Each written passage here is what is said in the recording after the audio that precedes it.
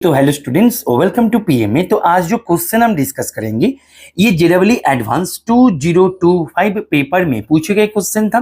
Question easy question है। मैं इसका डिफिकल्टी लेवल को सिंगल स्टार से ही रेटिंग करूंगा आउट ऑफ 5 स्टार। तो क्वेश्चन को तुमने यदि अभी तक ट्राई नहीं किए हो तो मैं बोलूंगा बेटा क्वेश्चन को एक बार खुद से ट्राई करो, उसके बाद ही तुम इसका सोल्यूशन को देख लेना।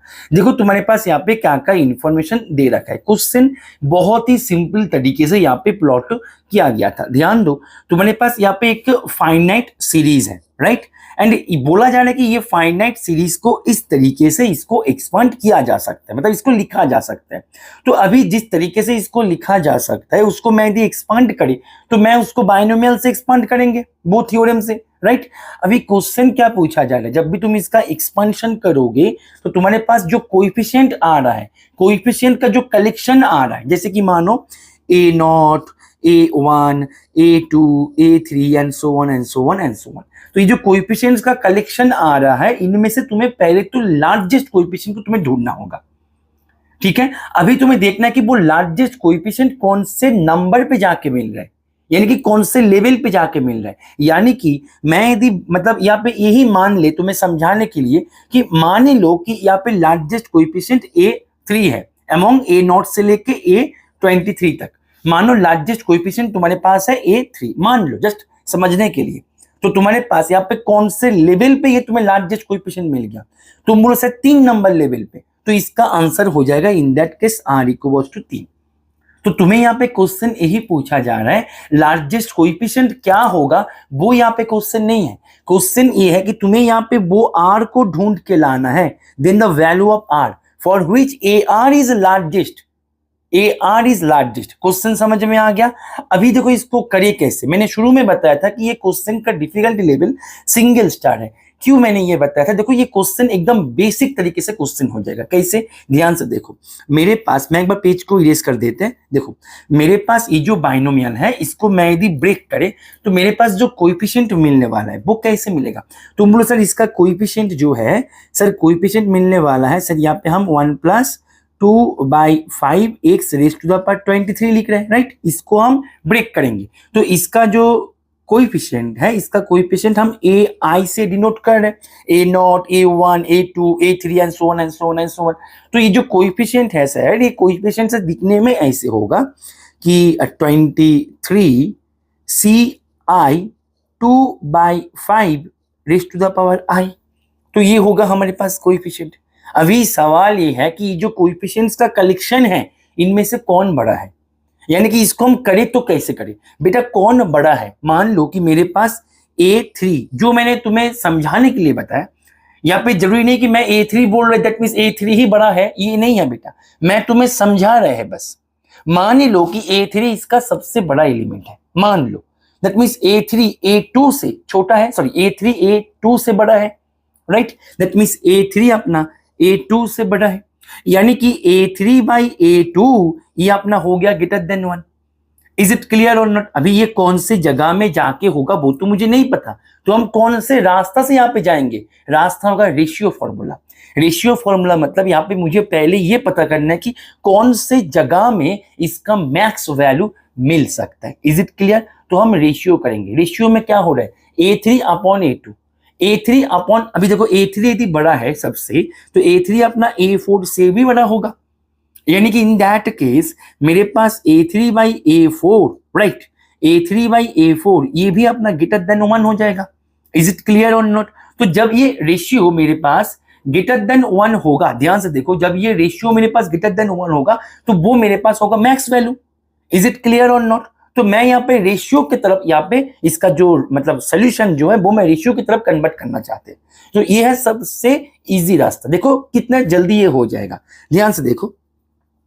तो मेरे पास, एक मिनट रुको, मैं तो इसको ही डिलीट कर दिया। कोएफिशिएंट को डिलीट नहीं करना है, इसको डिलीट करो, ठीक है।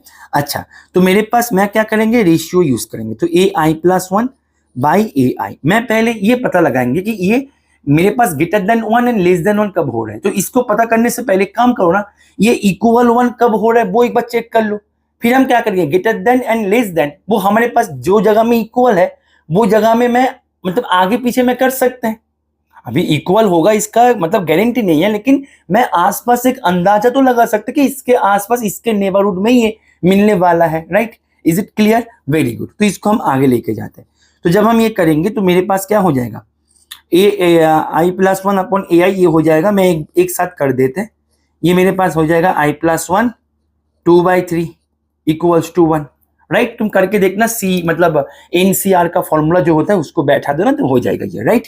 तो तुम्हारे पास क्या मिल गया यहाँ पे, 2 से करने पर 2 3 6, यहाँ पे 46 minus 2y equals to 5y plus 5, यानी कि व्हाट यू हैव कि 41 equals to 7i, that means i equals to 41/7, यानी कि 5 से 35, राइट। यहाँ पे 5 पॉइंट समथिंग, राइट। लेकिन i जो है, i डिनोट करता है लेवल का भी ऐसे मतलब रैशनल में नहीं आता है, जो कि तुम्हारे पास डेसिमल में आ रहा है, ऐसे नहीं आता है। वो प्रॉपर इंटीजर होता है, मतलब कॉम्पैक्ट इंटीजर होता है, राइट। तो मेरे पास इसको जो है एक अंदाजा तो लग गया कि भाई मेरे पास इसका जो मतलब जो यहाँ पे पिक पॉइंट है वो मेरे पास या तो 5 पे मिलेगा या फिर 6 पे मिलेगा, दोनों ही इंटीजर होना चाहिए। तो 5 पे मिलेगा या फिर 6 पे मिलेगा, मुझे नहीं पता कि भाई कहाँ पे मिलेगा, मेरे को अंदाजा लग गया कि कहाँ पे मिलेगा। तो मैं अभी यहाँ पे चर्चा करेंगे कि कौन सी जगह में मेरे को ये ग्रेटर देन दे रहा है। इज इट क्लियर और नॉट, राइट। देखो, तो मैं यहाँ पे पहले 5 पे चर्चा कर लेते हैं, राइट। ओके, तो जब मैं 5 पे चर्चा करेंगे तो मेरे पास ध्यान से देखो A6, राइट। तो ये हो जाएगा A6 अपॉन A5, ठीक है। AN+1 मतलब AI+1 बाई AI में मैं बैठा रहे, ठीक है ना। तो A6 अपॉन A5 मैं यदि करे तो मेरे पास ये क्या होगा, ये हो जाएगा 23, इस फॉर्मूला में बैठा रहो ना, तो ये हो जाएगा 23 माइनस यहाँ पे आई मैंने 5 लिया, राइट। तो यहाँ पे 5 बैठेंगे यहाँ पे, राइट। तो यहाँ पे 23 माइनस 5/6, यहाँ पे 2/5 यानी कि 30, और यहाँ पे 18, राइट। तो यहाँ पे 36 ऐसे हो रहा है, ठीक है। तो ये मेरे पास ग्रेटर देन 1, वेरी गुड, यानी कि मेरे पास A6 हो गया A5 से बड़ा, राइट। यहाँ पे A5, राइट। अभी मैं i इक्वल्स टू 6 इसमें चर्चा करेंगे, ठीक है। जब मैं i इक्वल्स टू 6 में चर्चा करेंगे तो मेरे पास क्या होगा, A7 अपॉन A6, तो ये मेरे पास हो जाएगा 23 माइनस 6 अपॉन 7 इंटू 2/5, यानी कि ये हो जाएगा 17, 34 अपॉन 35, ये लेस देन 1। दैट मीन्स तुम्हारे पास ध्यान से देखो, A6 A5 से बड़ा है, एंड A6 अपना यहाँ पे A7 से A6 बड़ा है, ठीक है ना। यहाँ से मैं यदि करें लेस देन, तो A7 से भी बड़ा है, तो आगे का टर्म जो है वो तो इस तरीके से ही होगा। तो तुम्हारे पास मैक्सिमम टर्म कौन सी जगह में आ गया, तुम बोलो सर A6 में आ गया। तो लेवल इसका क्या है, तुम बोलो सर 6, यानी कि मेरे पास R जो है R हो जाएगा 6। तुम्हें यही ढूंढना था कि यहाँ पे मैक्सिमम जो टर्म है उसका लेवल बताओ, तो यहाँ पे R हो जाएगा 6 के बराबर, ठीक है ना। इजी क्वेश्चन था, तो इसका आंसर हो जाएगा 6। जो मैंने बताया था कि इसका कॉन्सेप्ट को तुम यदि एक बार हिट कर लो तो ये क्वेश्चन करने में मैक्सिमम 1.5 से 2 मिनट का समय लगेगा। Is it clear? तो आई होप कि ये सोल्यूशन तुम्हें समझ में आ गया है। ओके, चलो पढ़ते रहो। Happy learning with PMA।